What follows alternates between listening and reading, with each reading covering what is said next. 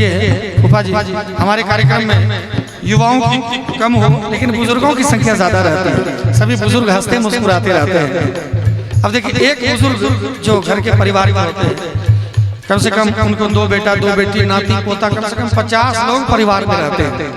अगर एक बुजुर्ग को हम खुश कर दिए तो कम से कम 50 लोग तो खुश हो ही गए। और जिस घर के बुजुर्ग मुस्कुराते हुए निकलते हैं उसी घर को स्वर्ग माना जाता है। ऐसे ही मैं समझता हूँ कि जिस प्रोग्राम में बुजुर्ग मुस्कुरा दिए सोचते हमारा प्रोग्राम सफल हो गया।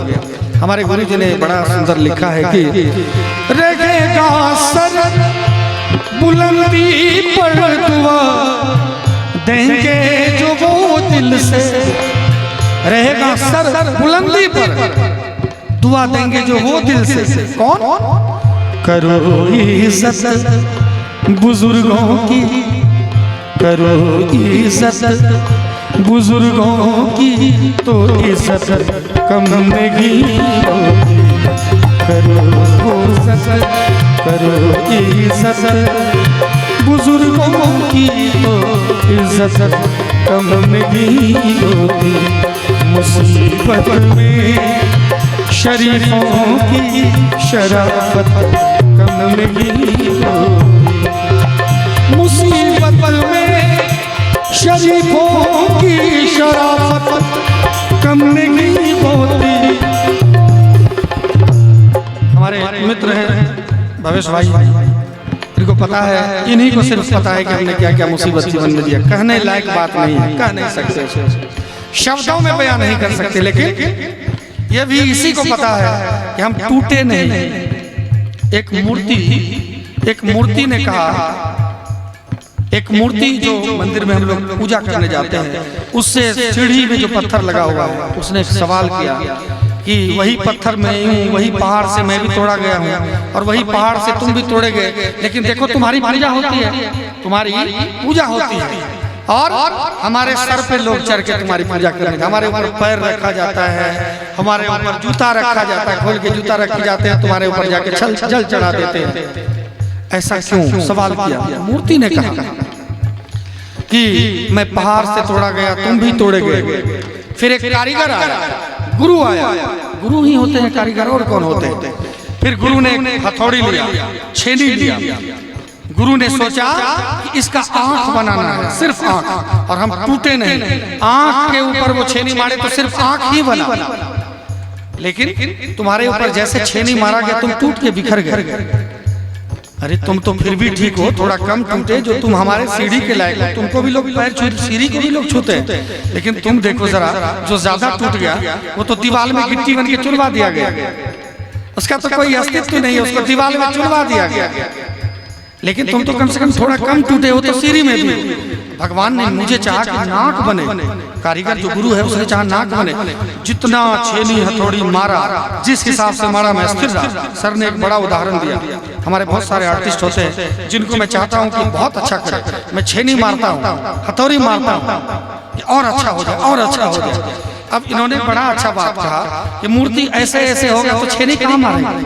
मूर्ति ही जब हिलता रहेगा छेनी मारा नहीं जाएगा, मारेगी आंख पर, चला जाएगा कान पर, तो कभी मूर्ति सही नहीं हो सकता।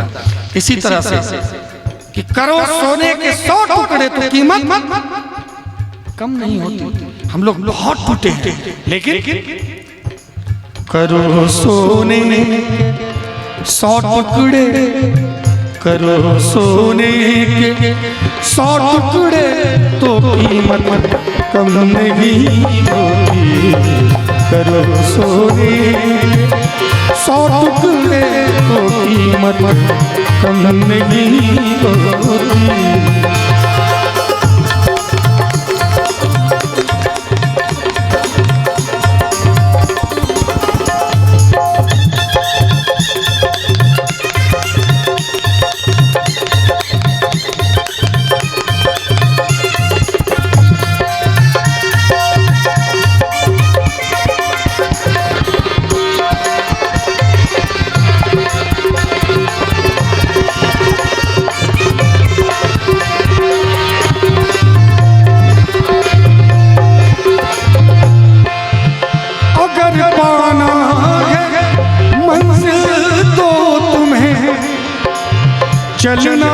जरूरी है।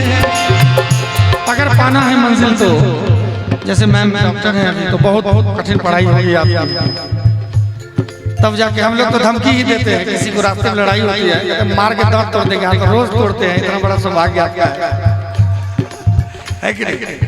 शौक से लोग जुर्माने के लिए जाते हैं। तो सोचिए भगवान ने कितना आपको पावरफुल बनाया है। हम लोग धमकी दे के ही रह जाते हैं, दांत तोड़ेंगे तो हमारा भी तोड़ देगा, है कि नहीं? अगर गलती से तोड़ने चले गए हमारा भी दांत तोड़ ही देगा। लेकिन आपके पास दांत भी तोड़वाते हैं, झोला भर के पैसा भी दे देते हैं। तो ये होती है पढ़ाई, ये होती है मेहनत, है कि नहीं? ये बात अगर पाना है मंजिल तो तुम्हें चलना जरूरी है। लेकिन फकत कहते ही रहने से, फकत कहते ही रहने से ये दूरी कम नहीं होती। फकत कहते ही रहने से ये दूरी कम नहीं होती। एक लाइन और कहना चाहूँगा, रमन जी से कहूँगा लाइन। समझ जाएंगे बच्चे भी अगर कह दो सलीके से। समझ जाएंगे बच्चे, जो छोटा बच्चा है वो भी सलीके से कह दीजिए तो वो भी समझ जाएगा। लेकिन हम भी अगर मिठाई खाने लगते तो डांटते हैं हमको, मिठाई नहीं खाना है, गला खराब हो जाता है आपका। हम कह रहे थोड़ा हम पे भी रहम किया कीजिए। मिठाई दही कुछ खाने नहीं देते हैं, कुछ उल्टा सीधा करने नहीं देते हैं। तो इनसे कहना चाहूँगा अपने लिए कि समझ जाएंगे बच्चे भी अगर कह दो सलीके। लेकिन फकत डपट ही देने से, क्या मना?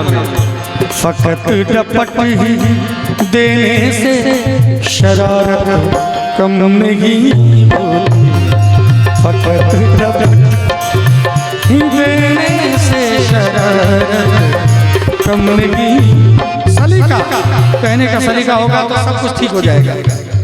बोझ हो रहा है, एक लाइन याद आ गया बोझ से। पकाई जाती है, पकाई जाती है जो रोटी मेहनत की कमाई से। पकाई जाती है जो रोटी, देखिए घर में जब रोटी बच जाती है, सब्जी बच जाता है, तो कहते हैं कि इसको थोड़ा अच्छे से पैक कर दो, फ्रिज में रख दो, है कि नहीं भैया? उसको फ्रिज में रख देते हैं। आटा बच जाता है, इसको फ्रिज में रख देते हैं। लेकिन आप जब जाके देखिए पत्तल, उस पर कितना रसगुल्ला, कितना दही पूरी हम भी छोड़ देते हैं। ऐसा नहीं कि मैं कह रहा हूँ, जहाँ गलत हुआ मैं कह ही देता हूँ, है कि नहीं? हम भी छोड़ते हैं, लेकिन गलत है। हम लोग सोचते हैं नहीं ऐसा होना चाहिए। जरा सुंदर लाइन है, सुनिएगा।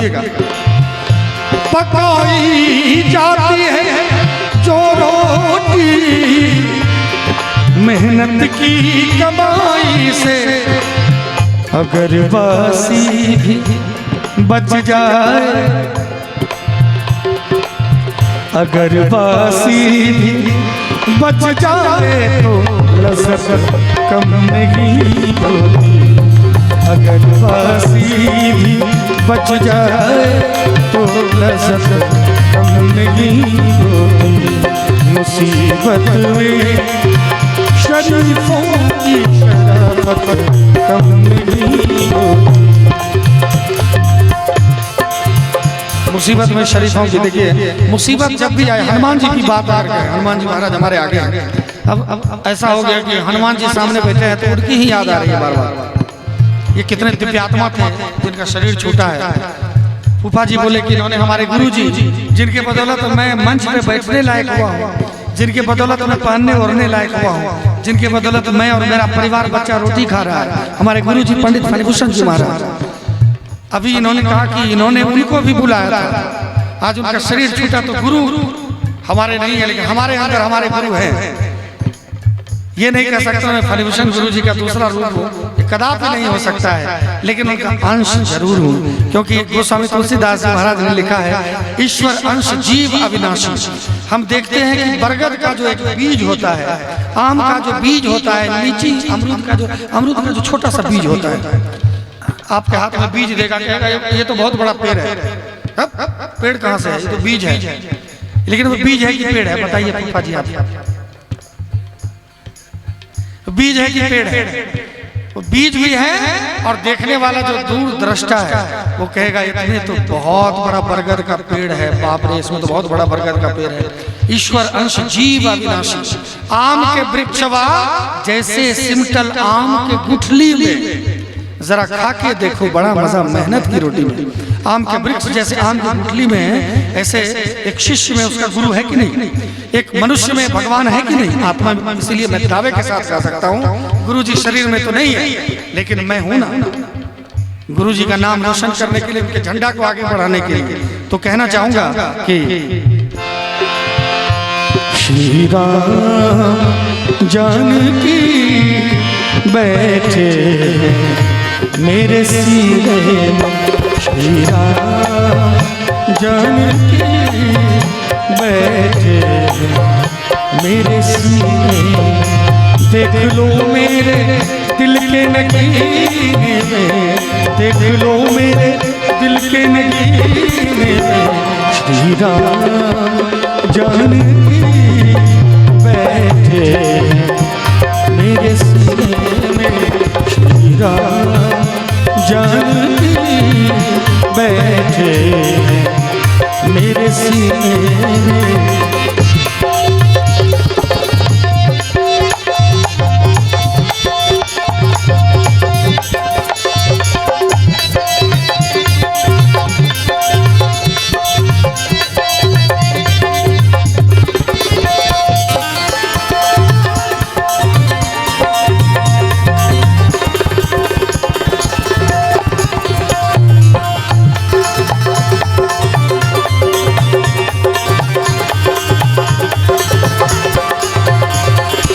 देखिए हनुमान जी महाराज कह रहे हैं कि मुझे कुछ नहीं चाहिए प्रभु, आपसे कुछ नहीं। भगवान कह रहे हैं कि क्या मांगते हो तुम मांगो, तुमने लक्ष्मण का प्राण बचाया है, तुम सीता का पता लगाए हो, तुमको जो मांगना है मांग लो। लेकिन हनुमान जी महाराज के नहीं प्रभु, मुझको कीर्ति न वैभव न यश चाहिए, राम के नाम का मुझको रस चाहिए।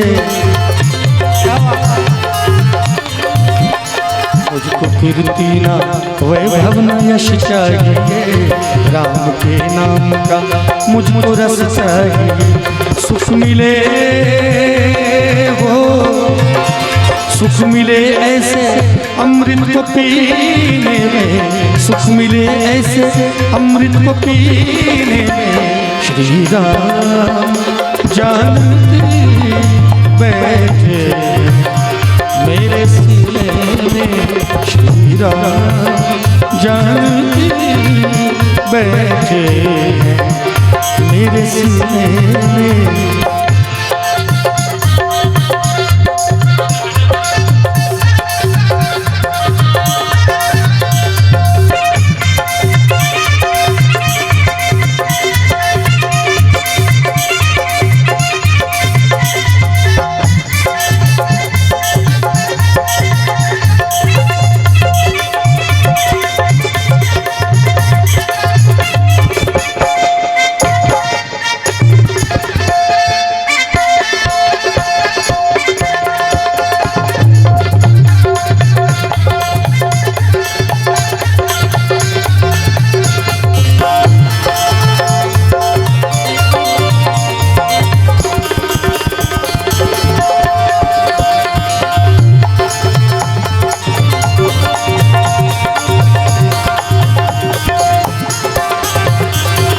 रसिया हूँ मैं, राम सुमिरन करूँ, राम रसिया हूँ मैं। शायर ने कहा है कि जाम पे जाम चढ़ाने से क्या फायदा, शाम को भी सुबह उतर जाएगी। जाम पे जाम चढ़ाने से क्या फायदा, शाम को भी सुबह उतर जाएगी। लेकिन जरा दो बूंद प्रभु नाम का रस पी ले, जरा दो बूंद प्रभु नाम का रस पी ले, सारी जिंदगी नशे में गुजर जाएगी। अब सोचिए मेरे ऊपर कौन सा नशा चढ़ा हुआ है। हम भी उल्टा पुल्टा गाना गा सकते थे, है कि नहीं? हम भी ऐसा गाना गा सकते थे जो कि एकदम पता नहीं क्या क्या है, मंच से बोल भी नहीं सकते। मैंने पिछले बार कहा था कि शारदा सिन्हा जी का शरीर छूटा है, उनके शरीर के पार्थिव शरीर के पीछे बजा के छठ का गीत बजा, सुंदर सुंदर भजन बजा, लेकिन किसी का शरीर छूटेगा तो पीछे बजेगा मिस कॉल मारा तारो किस देबू का, कैसा लगेगा मुर्दे के पीछे अगर ये गाना बज गया? बताइए। उसने अपने जीवन को नर्क कर लिया। और इधर जब लता जी गई तो बजा श्री रामचंद्र कृपालु भजमन, इतने सुंदर सुंदर गीत बजे। जब शारदा जी गई तो कांच ही बांस के बहंगिया बहंगी लचकत जाए, और उसी दिन छठ मैया अपने शरण में ले ली। ये होता है प्रभाव, ये होता है असर। इसको कहते हैं ईश्वर के होने का प्रमाण। लता जी तभी शरीर छोड़ी जब सरस्वती पूजा का दिन था, बसंत पंचमी का दिन था, और शारदा जी ने तभी शरीर छोड़ी जब छठ पर्व का दिन था। ये असर होता है। मुझे भी गौरव है अपने आप पे, जब मैं शरीर छोड़ूंगा तो हमारे जो बच्चे हैं, हमारे जो चाहने वाले हैं, हमारे पार्थिव शरीर के पीछे बजाएंगे कि मुझे दास बना के रख लेना भगवान, तो अपने चरणों में मेरा उद्धार होगा, और मेरे साथ साथ मेरे 7 कुल का उद्धार होगा, मेरे साथ साथ मेरे गांव इलाके राज्य देश का नाम उद्धार होगा। जब मेरे पार्थिव शरीर के पीछे बजेगा कि रचाए सृष्टि को जिस प्रभु ने, वही ये सृष्टि चला रहे हैं। जो पेड़ हमने लगाया पहले, उसी का फल हम अब पा रहे हैं। हमको ऐसी करनी कर चले। जब बालक पैदा लेता है तो बालक रोता रहता है, हम लोग हंसते हैं, खुशियां मनाते हैं, डंका पीटते हैं, शहनाई बजाते हैं, लेकिन ऐसी करनी कीजिए कि जब शरीर छूटे तो ऐसी कोई भी आंखें ना हो जो नम ना हो आपके लिए। तो कहना चाहूंगा कि ये तभी होगा जब राम नाम का रस पिएंगे, दूसरा कोई उपाय नहीं है। दूसरा बहुत बड़ा सेठ साहूकार, बहुत बड़ा डॉक्टर, इंजीनियर, IAS IPS कुछ भी बन जाइए, वहां भी जाके जब तक नेक कार्य नहीं कीजिएगा। राम का नाम मतलब नेक कार्य, राम मतलब नेकी, राम मतलब बदी नहीं होता है, राम मतलब नेकी होता है। पत्थर फेंकते रहेंगे तो जीवन खत्म हो जाएगा। फूल फेंकेंगे, हम लोग जब जाते हैं फूल फेंका जाता है, फूल चढ़ाया जाता है, माला चढ़ाया जाता है, चादर चढ़ाया जाता है, लेकिन जब शरीर छूटेगा तो बस एक ही बात कहना चाहूंगा, राम रसिया मैं राम सुमिरन करूं, सिया राम का सदा ही मैं चिंतन करूं। सच्चा आनंद हो, सच्चा आनंद है ऐसे जीने में, सच्चा आनंद, सच्चा आनंद है।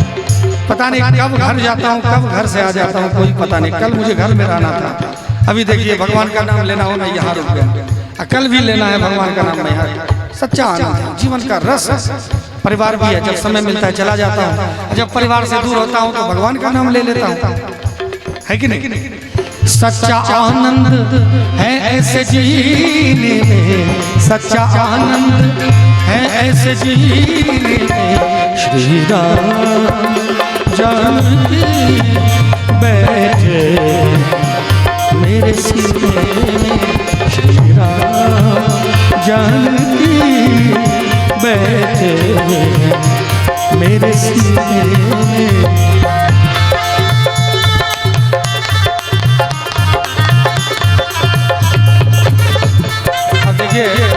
मैं तो बीच बीच में अपना बीपी कम कर लेता हूँ, आप जानिए आपका काम जाने कम करिए कि नहीं, है कि नहीं? एक बार बीपी कम कर लीजिए आप लोग, दोनों हाथों तक।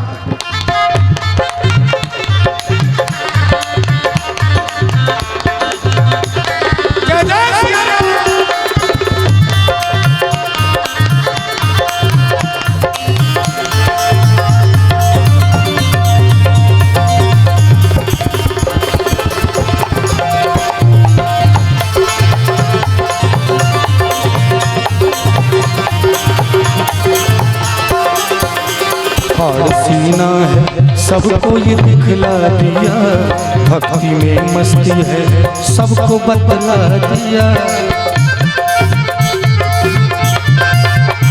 और सीना है सबको ये दिखला दिया, भक्ति में मस्ती है सबको बतला दिया। कोई मस्ती गो कोई मस्ती ना सागर कुमीने में, कोई मस्ती ना सागर कुमीने में। श्री राम जान बैठे मेरे सीने में, श्री राम जान बैठे मेरे सीने में। श्री राम जानकी बैठे मेरे सीने बैठे, मेरे सीने बैठे, मेरे सीने में। बोलो श्याम रामचंद्र भगवान की।